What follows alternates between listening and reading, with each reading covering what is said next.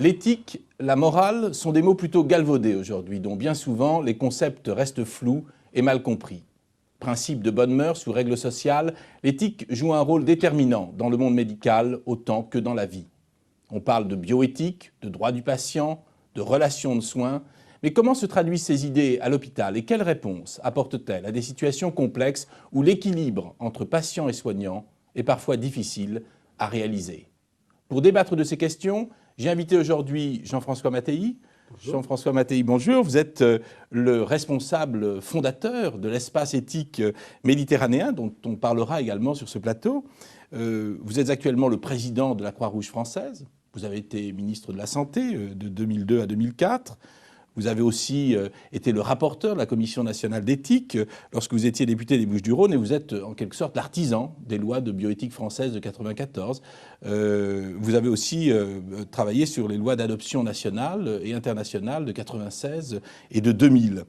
Mais votre premier métier, c'est d'être médecin, médecin pédiatre, généticien. Et d'ailleurs, vous avez enseigné la pédiatrie et la génétique et maintenant l'éthique médicale à la faculté de médecine de Marseille, où vous avez été de 1984 à 2002 le chef du département de génétique médicale du centre hospitalo-universitaire. Alors vous avez aussi publié de nombreux ouvrages, je crois une dizaine en tout, sur l'éthique, la génétique, mais également des manuels scolaires, des manuels pour les collégiens et pour les lycéens sur la science et la vie de la Terre. Et puis un roman qui s'appelle Sonate pour un clone, je crois. Oui, on est en plein dans le sujet qui va nous occuper. Et vous avez aussi un livre qui s'appelle L'urgence humanitaire et après, chez Hachette. Alors vous n'avez pas pu nous l'amener, sur la prochaine fois. La prochaine fois, mais il y a aussi de l'éthique dans l'action humanitaire, naturellement. Certainement. On sent le lien sur toute la carrière que vous menez. Il y a un lien, car je veux déjà vous reprendre sur une chose. Vous avez dit que la médecine, la pédiatrie, la génétique avaient été mon premier métier. C'est mon seul métier. J'ai choisi ce métier et j'y reste fidèle. Simplement, je l'ai abordé selon les périodes par des approches différentes et complémentaires. À l'hôpital, au lit du malade, et puis en s'impliquant davantage dans les textes et les règlements de notre République, mais pour la santé. Et puis maintenant, la médecine humanitaire, je n'ai qu'un métier, je suis médecin. Alors, on va parler d'éthique aujourd'hui, Jean-François Mattei, d'éthique en général, d'éthique médicale en particulier. Peut-être il est bon que vous nous donniez une définition d'éthique pour commencer. Oui, évidemment, vous avez raison de commencer par là, parce que c'est un terme qui est utilisé à tort et à travers, et tellement d'ailleurs que je crains, vous l'avez un peu dit en commençant, qu'il ne soit usé avant d'avoir vraiment servi. L'éthique, c'est un questionnement. Ça n'est pas une science avec un corps de connaissances qu'il conviendrait de posséder comme l'anatomie, la chimie, la géographie ou l'histoire. L'éthique, c'est un questionnement. Et pour bien vous le faire comprendre, je voudrais vous expliquer comment a ressurgi du fond des âges la notion d'éthique. Du fond des âges, c'est-à-dire que quelque part, il y a toute une tradition historique finalement. L'homme s'est toujours interrogé, et y compris au moment de la découverte du feu, sur l'utilisation qu'il allait faire du feu. Cuire ses aliments, c'est bien. Si c'est pour incendier et brûler son voisin, ça ne l'est pas. Et donc, on voit bien qu'on est déjà au cœur d'interrogations. Et je pense que l'interrogation éthique n'a jamais quitté l'homme. Car questionner, c'est chercher à trouver le bon chemin. Seulement, il y a des moments qui sont plus mouvementés que d'autres, comme dans toute navigation. Vous avez des mers calmes où l'éthique est oubliée parce qu'on n'en a pas besoin. On a ses repères, ils s'imposent d'eux-mêmes. Et puis, il y a des moments de tempête, des moments très agités, et on ne sait pas bien où est le cap. Or, il faut garder le cap. Et alors là, on cherche, et naturellement, l'éthique ressurgit et nous offre la possibilité de ce questionnement. Et si je vous dis ça, c'est parce qu'il n'aura échappé à personne que nous avons changé, il y a maintenant 5 ans, de siècle, qu'on a même changé de millénaire, que tout ça, naturellement, ça n'a aucun intérêt, mais que ce qui est beaucoup plus intéressant, c'est qu'on est en train, sans s'en rendre compte, de changer de civilisation. Ça, c'est un peu difficile à faire comprendre aux gens. Comment est-ce qu'on est en train de changer de civilisation? À l'échelle où on est, on ne voit pas toujours les choses On exactement voit pas comme les elles se choses, passent. On mais n'a je pas le vais recul. naturellement, parce que c'est la démarche du scientifique, y compris dans le cheminement éthique, il faut que je vous le démontre qu'on change de civilisation. Et à propos de deux éléments concomitants. D'abord, il est clair que le siècle qui vient de nous quitter, le XXe siècle, aura été un siècle de dupes. Ce siècle nous a trompés sur toute la ligne. D'abord, ça fera sourire ceux qui s'intéressent à l'histoire. Historiquement, il a commencé en 1917, avec la révolution soviétique, Bien sûr. et il s'est achevé en 1989 avec la chute du mur de Berlin. Donc ce siècle nous a volé 30 ans.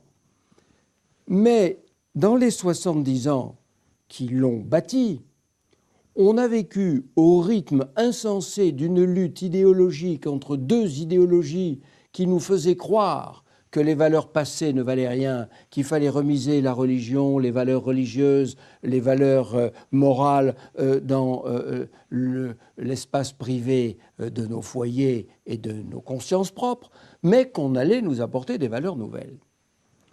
Bon, je ne vais pas vous faire un dessin, mais la chute du mur de Berlin a montré que l'une des idéologies ne répondait pas à la question d'un monde plus humain, et qu'entre de l'autre côté de l'Atlantique, on voit au cours d'une campagne présidentielle américaine que 40 millions d'Américains n'ont pas accès aux soins les plus élémentaires, on voit bien que ce modèle-là, basé sur l'argent, n'est pas non plus satisfaisant. Certainement.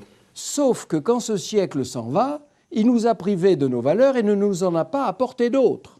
Et donc l'homme n'a probablement jamais été aussi fragile. L'homme n'a jamais été aussi démuni. Je serais tenté de dire il est nu, car il ne sait plus très exactement les valeurs qu'il habite. Mais dans le même temps, deuxième élément pour le raisonnement, nous vivons la troisième grande révolution sociale des temps modernes. Il y a eu la révolution agraire, il y a eu la révolution industrielle, et nous sommes au cœur de la révolution scientifique. Je voudrais que ceux qui nous écoutent, qui nous regardent, comprennent que l'homme est capable aujourd'hui de détruire la planète qu'il habite. Autrefois, on pouvait faire la guerre pendant 100 ans, mais on a arrêté 5 à 10 ans plus tard, et il n'y avait plus de traces. Tout avait repoussé, tout s'était reconstruit, mais maintenant nous pouvons détruire la planète. L'homme n'a jamais été aussi puissant. Nous sommes capables déjà de modifier la nature vivante des espèces. On parle suffisamment des organismes génétiquement modifiés, mais si l'homme était cet organisme génétiquement modifié, l'homme est capable de se modifier lui-même. Il n'a jamais été aussi puissant. Et vous voyez que je vous disais, jamais aussi fragile, jamais aussi puissant. Ça veut dire simplement que nous devons trouver désormais cette ligne de crête, cet équilibre entre puissance et fragilité. Alors, c'est là que nous prenons conscience que les nouvelles connaissances que nous avons nous placent face à de nouvelles situations. Exemple, il y a 20 ans ou 30 ans, on ne parlait pas d'embryons congelés. Et quand vous parlez aux personnes les plus âgées de notre société, même si le sujet s'est un peu vulgarisé maintenant, en disant, d'après toi, qu'est-ce qu'il faut faire avec des embryons congelés? Stupéfaction. Le problème ne se posait pas. Est-ce qu'on peut faire de la recherche sur les cellules embryonnaires? La question ne se posait pas. Il y a donc de nouvelles situations. Et ces nouvelles situations nous obligent à faire de nouveaux choix. Or, ce qui est important, c'est que faire un choix, c'est exercer une liberté. Dès lors que vous avez la liberté du choix. Et nous ouvrons donc de nouveaux espaces de liberté. Mais j'ajoute qu'exercer une liberté, c'est assumer une responsabilité. Et que nous sommes donc détenteurs de nouvelles responsabilités. Et que pour terminer rapidement cette description, liberté et responsabilité, c'est ce qui fonde la dignité de l'homme. On est donc au cœur d'un système, nouvelles connaissances, nouvelles situations, nouveaux choix, et donc nouvelle liberté, responsabilité et dignité. Le cœur de ça, c'est le choix. Et le choix, il repose sur des questions qui se posent. Et c'est ça l'éthique. L'éthique, c'est le questionnement qui va nous apporter un choix. Et ce questionnement, il se fait à deux niveaux. Vous avez naturellement votre questionnement individuel. Parce que chacun s'interroge dans sa conscience, avec les valeurs que j'ai reçues, l'éducation que j'ai reçue. Combien de gens disent avec l'éducation judéo-chrétienne que j'ai reçue, ou bien d'autres qui sont totalement athées, ou bien qui croient autre chose. Chacun a ses références. Et chacun donc va répondre d'abord en conscience. Moi, je suis pour ou contre l'avortement. Moi, je suis pour ou contre l'euthanasie. Et ça pourrait s'arrêter là. Sauf que nous vivons en société. Et qu'au-delà de l'interrogation commune, il nous faut trouver des règles pour une société dans laquelle les convictions ne sont pas toujours les mêmes. Autrement dit, l'éthique que vous vous forgez, vous, c'est une éthique de conviction, c'est votre conviction. Et puis après, il faut aller vers une éthique de responsabilité, c'est-à-dire celle qui va permettre de trouver un accord, probablement minimum, mais quand même, au-delà duquel on ne reconnaît plus une société comme humaine. Dans l'histoire, il y a eu de grands moments, de grands bouleversements, vous les avez évoqués, ou tout au moins certains d'entre eux. Est-ce qu'à chaque fois, on revoit ressurgir ces problèmes d'éthique? Est-ce qu'ils se posent aujourd'hui d'une façon plus aiguë qu'ils ne se sont jamais posés finalement dans le passé? Alors, je voudrais simplement rappeler que le fondement de la médecine hippocratique, c'est primum non nocere, c'est-à-dire d'abord ne pas nuire, et que c'est déjà un choix éthique. Et qu'aujourd'hui, quand on a l'éthique médicale qui se pose en termes d'expérimentation médicale, on voit bien que ce principe est revenu s'imposer. Mais vous avez raison de dire que l'éthique biomédicale a connu des périodes d'éclipse ou au contraire des périodes de plus forte présence. Cela dépend des moments. Au siècle dernier, quand Pasteur a injecté pour la première fois son sérum antirabique à ce jeune berger alsacien qui avait été mordu, il ne s'est pas encombré de questions éthiques. Et d'ailleurs, en l'occurrence, je pense qu'il a eu raison. Mais c'est pour vous dire qu'à l'époque, une époque d'ailleurs qui a été très controversée avec Alexis Carrel et d'autres, est-ce que c'était fondé, est-ce que c'était pas fondé? Ce qui est sûr, c'est que les expériences faites par les médecins nazis au cours de la dernière guerre, alors ça a vraiment apporté un bouleversement dans les consciences. Et que tout de suite après la Première Guerre, on a assisté au procès de Nuremberg. Et que le procès de Nuremberg a débouché sur le code de Nuremberg. Et le code de Nuremberg est désormais la référence première de tous les textes internationaux et nationaux qui, peu à peu, ont permis de revenir dans le champ de l'éthique et naturellement accompagnés par tous les progrès fantastiques de la médecine au cours du dernier demi-siècle. Donc, vous le voyez, c'est véritablement à partir de la Deuxième Guerre et des atrocités nazies que l'interrogation éthique médicale est revenue au premier plan. Des médecins pendant la guerre avaient été capables de se comporter d'une façon inhumaine.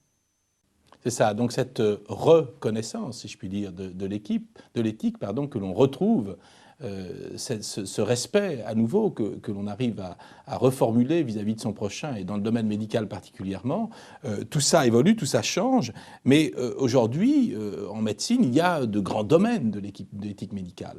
Donc il y a, une éthique que l'on saucissonne un petit peu dans de grandes catégories. Quelles sont ces catégories? Je voudrais juste, parce que je ne l'ai pas dit tout à l'heure, mais je ne voudrais pas laisser penser que l'éthique est l'apanage de la médecine. On pourrait très bien, et on aurait pu, parler d'éthique et d'environnement. On aurait pu parler d'éthique et télécommunication, et de nouveaux moyens de communication. Dieu sait si Internet nous pose des problèmes éthiques. Mais c'est quand même au cœur de la médecine qu'on trouve les interrogations les plus fortes. C'est là que la personne humaine réside, en fait. Oui, pour une raison très simple. C'est que le médecin s'adresse à la vie. Quand ai-je commencé d'exister? S'adresse à la souffrance. Est-ce qu'on peut supporter aujourd'hui que quelqu'un souffre? S'adresse à nos différences. Qu'est-ce qui fait que certains sont plus fragiles, plus vulnérables que d'autres, alors qu'ils sont pourtant réunis par une même humanité? Et puis, le destin. Est-ce que nos gènes inscrivent d'une manière irrémédiable le cours de ma vie? Est-ce que je peux y échapper? quand on m'annonce que je suis porteur de tel gène qui inévitablement va m'apporter tel type de maladie, on peut en inférer, en élargissant le raisonnement, que si je suis porteur d'un gène qui me condamne à cette maladie-là, est-ce que je n'aurais pas un gène qui me condamnerait à être violent, qui me condamnerait à être de telle ou telle façon? Et puis enfin, c'est la mort. Confronté à la mort, est-ce que c'est une fin ou un passage? On voit bien toutes les interrogations qui sont sous-jacentes. Alors, petit à petit, s'est constitué le champ de l'éthique biomédicale. Ce champ, c'est d'abord celui du secret médical, le bon vieux secret médical, qui est, ça, déjà, qui est la Hippocrate, pierre, qui est la pierre d'or, mais bien entendu. Sauf que maintenant que nous parlons de santé publique, que nous parlons de responsabilité partagée, vous dites à quelqu'un qu'il est séropositif, vous lui dites que naturellement, il faut avertir la personne avec laquelle il vit ou elle vit. Et si cette personne refuse, l'éthique vous dit que faire entre le respect du secret médical dû à mon patient et la non-assistance au partenaire en danger. On voit bien les questions profondes qui peuvent se poser. Et le secret médical aujourd'hui, avec en plus de cela la nécessité de faire des dépistages. Si vous ne voulez pas dépister 2 fois la même personne, il faut bien que vous ayez la référence de la personne. Or, elle peut avoir répertorié un jour au cours d'un voyage dans un hôpital, par exemple à Clermont-Ferrand, et puis être en vacances en région marseillaise, et puis être dépistée une 2e fois. Vous n'allez pas la compter 2 fois dans la statistique. Donc il faut bien pouvoir la retrouver. Et donc c'est tout l'équilibre entre l'identification, l'anonymisation, quel type de données. Bref, c'est un sujet majeur et qui n'a pas fini de nous poser question. Et puis, vous avez l'expérimentation humaine dont je parlais tout à l'heure. Parce qu'on peut toujours faire toutes les expérimentations de nouvelles molécules, de nouvelles techniques, de nouveaux appareils, prothèses ou autres, sur des matériaux de laboratoire. On peut cultiver tout ce qu'on veut en laboratoire. On peut essayer sur des petits animaux et puis des modèles grandissants, sur des primates. Je visitais la semaine dernière, au cœur du Gabon, à Franceville, un centre de primatologie extraordinaire sur lequel on travaille pour les vaccins contre le sida. C'est magnifique. Sauf qu'un jour, quand on aura un vaccin qui aura probablement fait ses preuves chez le sida, il faudra dire maintenant il faut passer chez l'homme.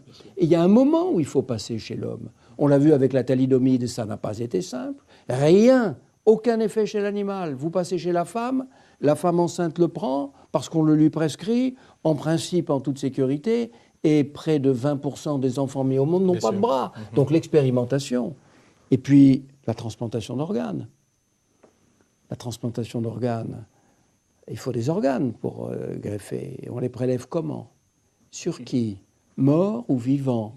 Et si c'est la mort, quelle est la définition de la mort? Et comment est-ce qu'on peut s'assurer de la volonté de celui chez lequel on va greffer? Est-ce qu'il y était hostile? Est-ce qu'il y était favorable? Est-ce qu'il a manifesté sa volonté? S'il ne l'a pas manifesté, que doit-on faire? Que doit-on dire? On passe outre? Est-ce qu'on donne la priorité aux malades ou est-ce qu'on respecte le mort? Bon, ensuite, vous avez des organes, mais pas assez pour tout le monde. Comment vous choisissez ceux qui vont faire l'objet d'une greffe? Vous prenez les plus jeunes parce que le greffon sera plus rentable longtemps? Vous prenez les plus graves au risque d'avoir un gaspillage parce que le succès est moins garanti? Est-ce que vous greffez au contraire ceux qui sont les moins malades parce qu'on aura de bons succès, donc c'est bien, ça va durer plus longtemps? Est-ce qu'on greffe les plus graves pour éviter qu'ils meurent demain? Mais alors, et les autres? Vous les laissez de côté? Est-ce que tout simplement, on fait un ordre de priorité en fonction de la date d'inscription sur une liste d'attente? Mais ça veut dire quoi? Et donc tout ça est une discussion permanente. Tout ça est une discussion permanente. Enfin, la génétique et la procréation ont ouvert des horizons fantastiques. Bien sûr. Nous sommes un couple stérile, nous voulons des enfants. Il y a des dons de sang, il y a des dons d'organes. Pourquoi il n'y aurait pas de dons de sperme, de dons d'ovules? Et puis après tout, si nous ne pouvons pas porter cet enfant, pourquoi est-ce qu'une femme ne porterait pas un enfant pour nous? Il y avait bien des nourrices qui nourrissaient autrefois. Est-ce qu'on n'aurait pas des gestantes qui porteraient pour nous 9 mois en nous remettant l'enfant à la naissance? C'est tout le problème des mères porteuses. Et puis, à qui réserver ces techniques? À ceux qui sont vraiment stériles ou à ceux qui veulent profiter de ces techniques médicales pour, par exemple, avoir des embryons congelés qu'on décongèlera le moment venu. Par exemple, on est star de cinéma, on est mannequin, on ne veut pas de grossesse immédiatement, mais donc on sait qu'il vaut mieux quand même avoir des ovules assez jeunes pour avoir un meilleur résultat garanti, si je puis dire. Je le présente un peu sous la forme de boutade, mais c'est bien ça. Est-ce qu'on est autorisé, par exemple, à concevoir un enfant et en s'assurant pendant la grossesse qu'il permettra de greffer l'enfant qu'on a déjà et qui est malade, qui ne peut être guéri que par une greffe et que personne dans la famille n'a de tissu compatible? Est-ce qu'on peut fabriquer un enfant pour en sauver un autre? Le fameux enfant médicament. Bien sûr. Voilà toutes ces indications. Puis enfin, le diagnostic prénatal. Diagnostic prénatal. Est-ce qu'on a le droit de considérer qu'un examen en cours de grossesse va nous permettre d'accepter dans la communauté des hommes ceux qui sont normaux, ceux qui vont apporter toutes les joies prévues, espérées, en rejetant ceux qui ne seraient pas conformes? Mais ou tout simplement ceux qui n'auraient pas le bon sexe, par exemple. Oui, mais conforme au choix des parents, bien j'entendais. Sûr. Est-ce qu'on a le droit, avant la naissance, d'appliquer une sélection, selon des critères à définir d'ailleurs, alors qu'après la naissance, nous refuserions toute discrimination? Comment peut-on imaginer la réaction des personnes handicapées en se disant que finalement, elles sont là, mais on doit mal les regarder parce que si on avait pu savoir avant qu'elles ne naissent, elles ne seraient pas là? Notre monde s'interroge en permanence là-dessus. C'est ça le fond de l'éthique médicale et bien d'autres sujets encore. Donc pourquoi légiférer? En fait, en posant toutes ces questions, on comprend les réponses et la nécessité, mais peut-être il est bon de dire un mot justement sur le fait qu'il est nécessaire de le faire. Eh bien, à un moment, le législateur doit essayer de faire la synthèse des éthiques de conviction pour définir une éthique de responsabilité commune dans une même collectivité nationale. Mais est-ce que le bon sens, malgré tout, ne fait pas partie de cette réflexion? Mais comment voulez-vous faire confiance au bon sens quand vous voyez que certains médecins d'un pays voisin nous font accoucher des femmes de 67 ans? Comment peut-on faire confiance quand on voit qu'on commence à parler de clonage humain en Corée du Sud, alors que notre monde est un village? Comment peut-on faire confiance? Non, il n'y a pas malheureusement de bon sens toujours. La majorité des praticiens, la majorité de la population, naturellement, est toujours ancrée à ses valeurs traditionnelles, toujours respectueux de ce qui apparaît le mieux.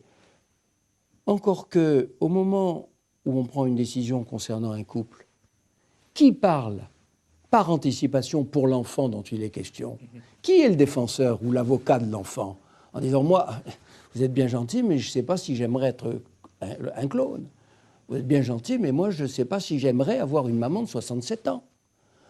Et que ce débat doit avoir lieu. Et en définitive, ce sont les médecins qui, après beaucoup d'errements, de questionnements eux-mêmes, nous ont dit il faut légiférer. Bien sûr, maintenant, ils trouvent quelquefois qu'on a été trop strict, mais ils nous ont dit on est obligé d'avoir recours à une loi. Pourquoi? Parce que c'est une interrogation essentielle pour le médecin. Est-ce que le médecin a l'obligation morale de répondre à toutes les demandes qui lui sont faites au motif qu'il possède la technique? Il a sa conscience propre, le médecin. Oui, mais attendez, vous le transformez en juge, pour le coup. Oui, bien sûr.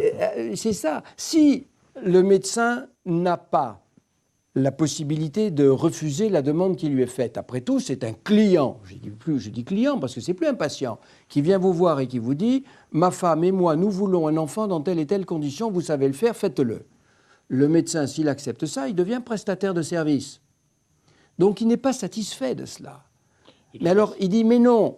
Mais si lui dit non, mais que le médecin d'en face dit oui, ça ne va pas non plus. Bien sûr, et donc, il faut bien trouver un écheveau commun. Et le médecin va dire, écoutez, non, dans ce pays, il y a des lois qui disent que...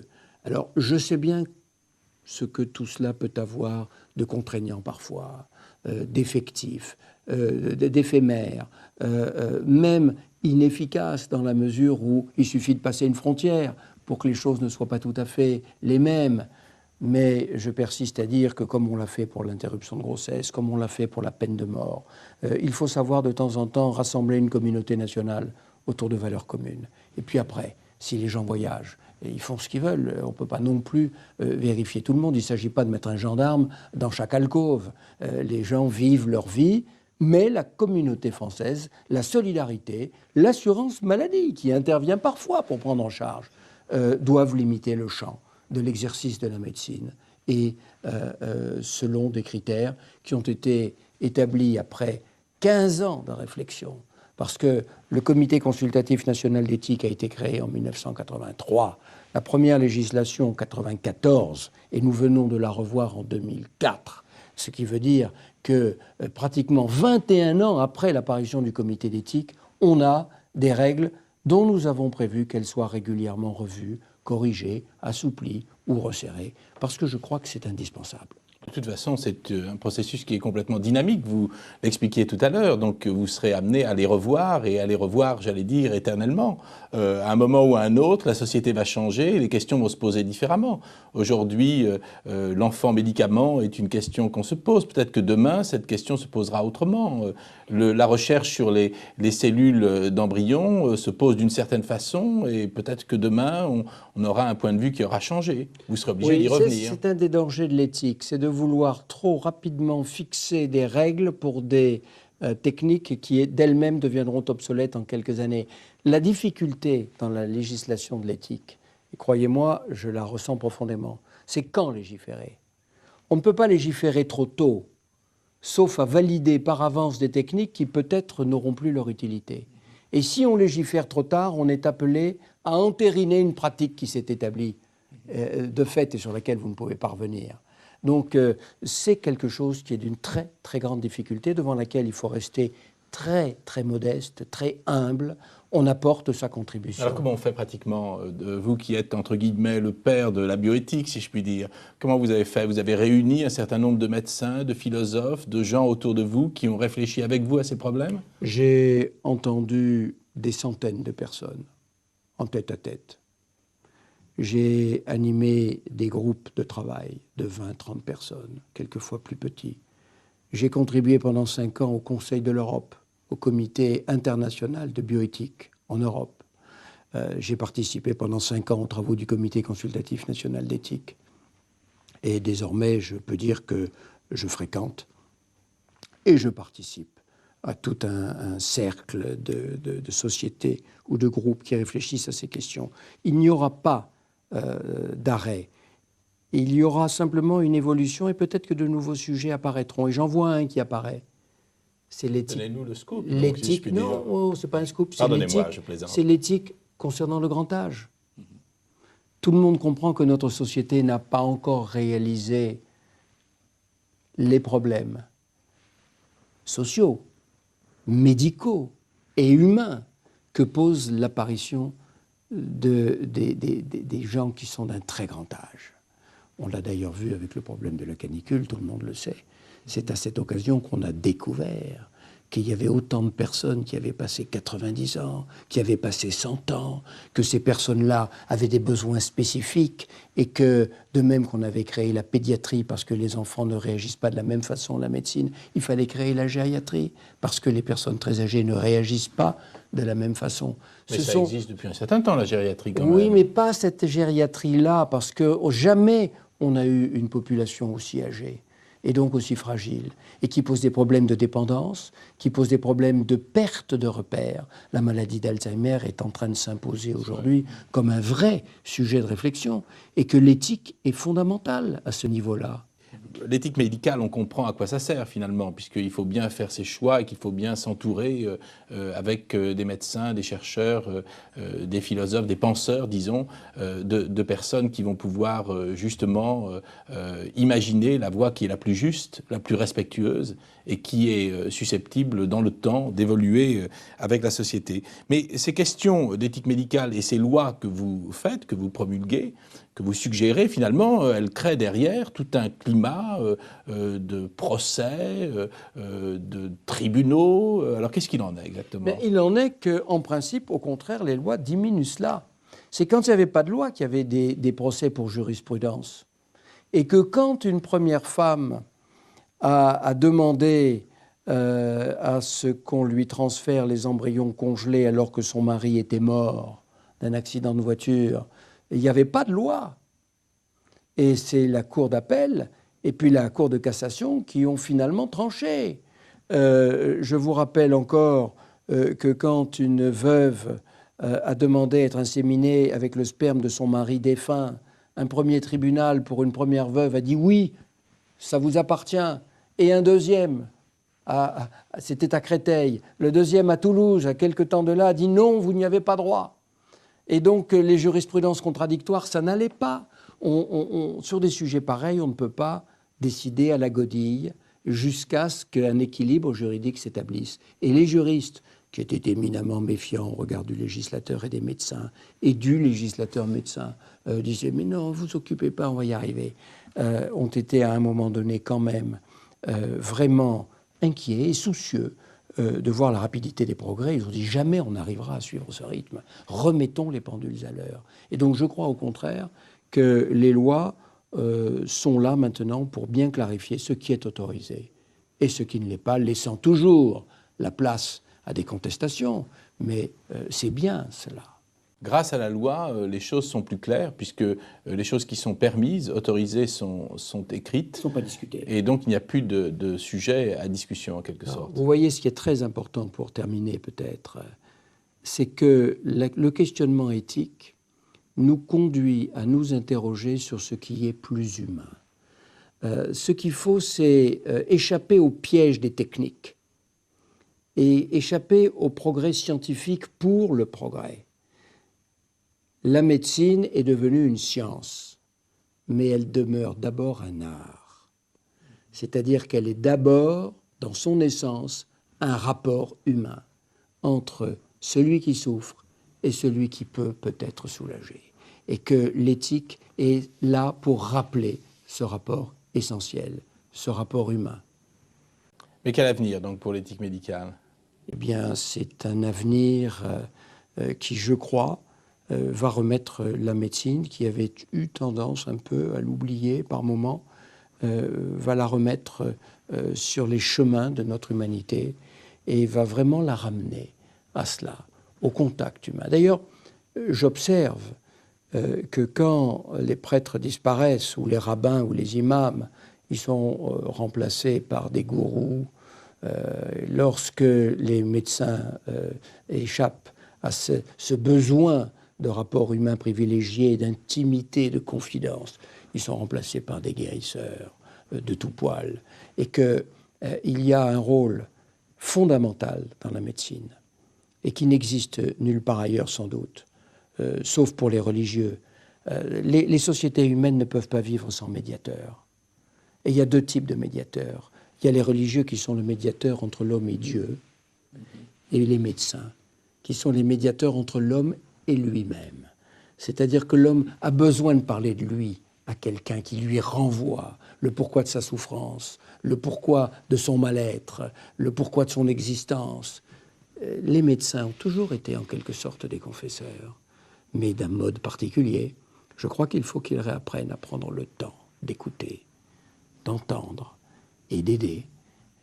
C'est un rapport humain, et la médecine, c'est d'abord un rapport humain. Jean-François Bataille, je vous remercie pour toutes ces réponses et ces précisions sur l'éthique médicale. Je pense qu'on se retrouvera demain avec un autre numéro de questions d'éthique sur l'espace éthique méditerranéen que vous présidez. Et je tiens à préciser que cette émission est coproduite avec l'espace éthique méditerranéen. Donc à demain sur questions d'éthique. Au revoir.